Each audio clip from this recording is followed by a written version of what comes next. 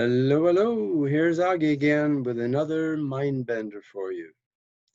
I want to talk a little bit about Bigfoot and what can happen when they get caught up in forest fires. This summer in 2020 here, we have had some really severe forest fires in the mountains above Tucson, Arizona. 90,000 acres burned up.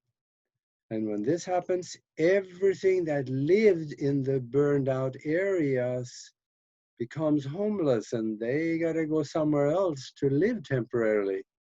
And that is why people in Tucson now are worried about animals coming into town. Foxes could be coming into town looking for cats. Cougars could be looking for cats and dogs and kids and maybe bigger things. Of course, this fire was not as bad as the last one, almost 10 years ago, in the Tucson mountains, than when everything burned up.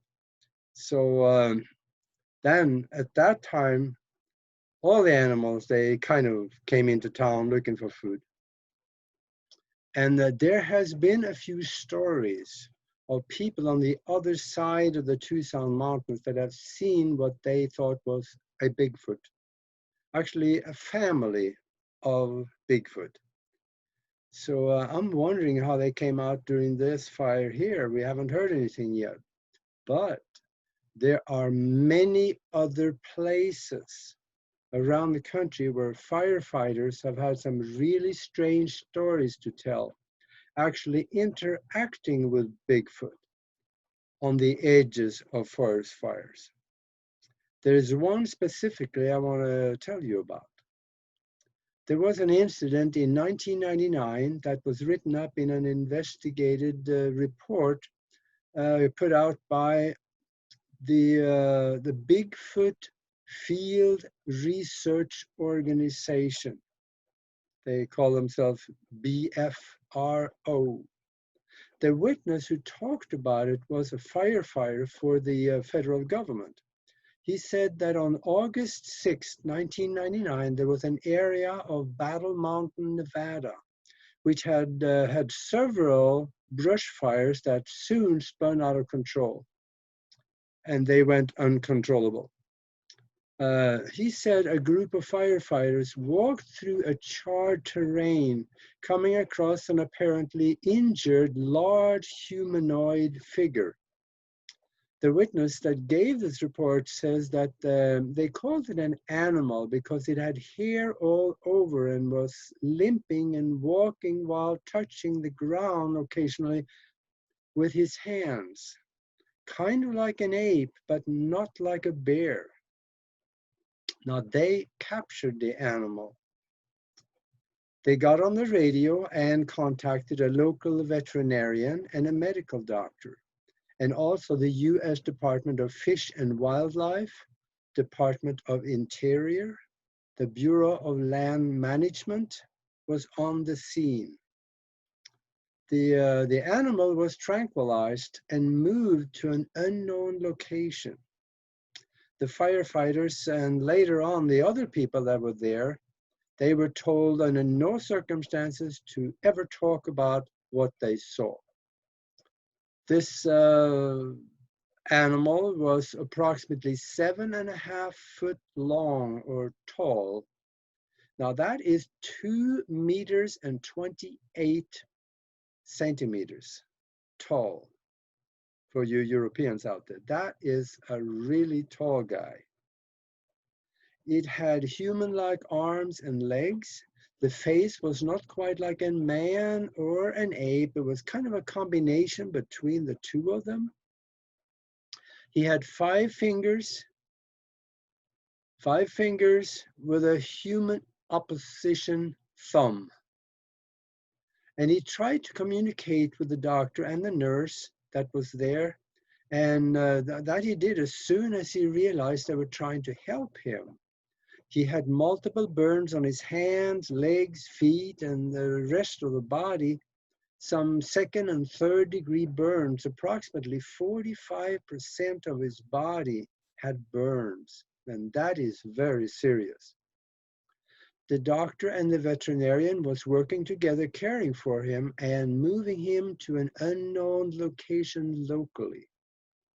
The witness that gave this statement said his statement was given in violation of orders given by Bureau of Land Management and the Department of Interior, as well as in opposition to the fire marshal's manual, so he could lose his job if it became known that he was the one who had talked. And that's why he wanted to be anonymous. There was about 25 to 30 people and witnesses to this incident. He said he believed a cover-up was going on. People need to know that these creatures exist so they can be protected. They need to be studied. They need to be protected and released into a protected area, preferably where they came from, because that was their home. Now, Thom Powell, an investigator at the Bigfoot Research Organization, believed this story, and he believed it was true, so he went out to investigate. He confirmed that the fire did actually happen, and it was an area of 180,000 acres that burned up, and there were 600 firefighters battling it. He was able to get in touch with the original witness, who he called Marty in his original report. Thom Powell was given more detailed information by Marty. And here is some of what Powell wrote in his report. The incident happened in the early afternoon on August 6, 1999. About 20 firefighters were directly involved, and the injured patient apparently wandered within sight of the fire crew and was then surrounded. The patient, or Bigfoot, seemed to know that he was captured because he gave up soon. Marty mentioned it several times. He just gave up.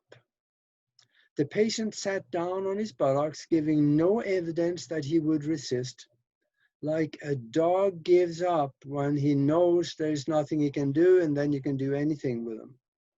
The patient was laid out on the ground first. His injuries were rather serious, including burns to hands, the feet, legs, and the trunk, as well as a lot of singed hair. It didn't take long for medical services to get to the scene, and the attending medical team included a regular MD for the fire crew, a veterinarian, and that Marty did not recognize them. And there was probably one or two more paramedics there. The veterinarian was taken back at first by working on a creature that was so human-like. So he was reported to have let the physician do most of the work. At some point, Demerol and morphine was administered to the patient. The patient was placed on a spine board, which was too small. So they let that one go, and they placed him on a regular ambulance stretcher. Now the sides were left down because the body was too big for it. It hung over to the side, and his feet hung off the end. A cut down was performed to obtain an intravenous line, and fluids were administered to the patient. During the treatment of his wounds and the effects of life support, the patient communicated with them with moans, groans, and just grumblings. Bowel sounds were also heard by Marty, who was just so close that he was only a couple of feet away. And no language like vocalization were heard. The patient responded to touch, specifically patting and stroking to calm him. 2 or 3 times Marty mentioned that the patient was especially responsive to a young Native American woman who administered help to him. And he reacted to her very well from the very beginning that he saw her. The patient was removed from the scene in a back of a utility truck, not an ambulance. Marty said an ambulance would have, alerted townsfolk that possibly that maybe there was a firefighter that was injured, so maybe the news media could have gotten involved, and they didn't want that. No one would follow a nondescript van, so that's what they did. The total time from initial sighting to extraction was estimated at 3 hours. There was no urination and or defecation or vomit at the scene. The patient did not eat anything during this time. Serum and blood were leaking from the burned area of the body. The area of the arm on where the cut down was performed was shaved. The hair probably fell to the ground. There was significant blood that came from the cut down area and from the subsequent insertion of an intravenous line. And some of the blood dripped onto the ground also. And no one knows where that patient was taken. No video cameras were on the scene to film or record what happened, except the fire commander was present. He had a camera and he recorded what he saw. Marty does not give any estimate on how heavy the patient were either. Most of the body is covered by brownish hair about 2 inches in length. No gray hair was ever seen. There are no mats in the fur, and he seemed pretty clean. There was an odor about the patient. It is not an especially obnoxious odor. Marty called it more of a natural odor, but he had a hard time describing it. He said it is more similar to a strong equine odor. The head is not sloped as on a monkey. The forehead is heavy boned. The lips were large, but human-like, and the ears were just tight back to the skull. And with the earlobe was attached, not dangling. So it kind of looked like a human head, a little rough human head. He said the patient was strong-jawed. He could not remember the color of the eyes. They were possibly brown, maybe, he thought. The head is about 2 times the size of a human head. There is hair on the face, but not on the palms or soles of the feet. There is great bulk in the body, but there is no fat, just all muscle. The hands were about 1.5 times the human size of a hand. The fingernails are thicker and heavier, and one of them was chipped. The feet were very large, 5 toes on each foot, no evidence of fractures, injuries, arthritis, or deformation, or anything like that. The sexual feature was similar to those of an uncircumcised male, matching the human anatomy. Marty made the comment several times that these are not monkeys or ape features. He felt he was in the presence of a human creature. And here is my final comment. There is so much evidence to that on the American continent, the European continent, the Asian continent.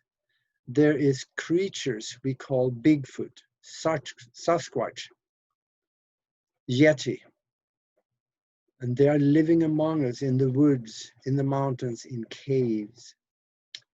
We have the evidence, but it is being covered up. Soon, I hope, we will recognize these creatures and protect them maybe make more contact with them. Maybe that will come also after disclosure. So that was the story I wanted to tell you about, and give it some thought. Research the Sasquatch and see what you find. There's a lot of evidence out there. Thank you for watching and see you in the next video.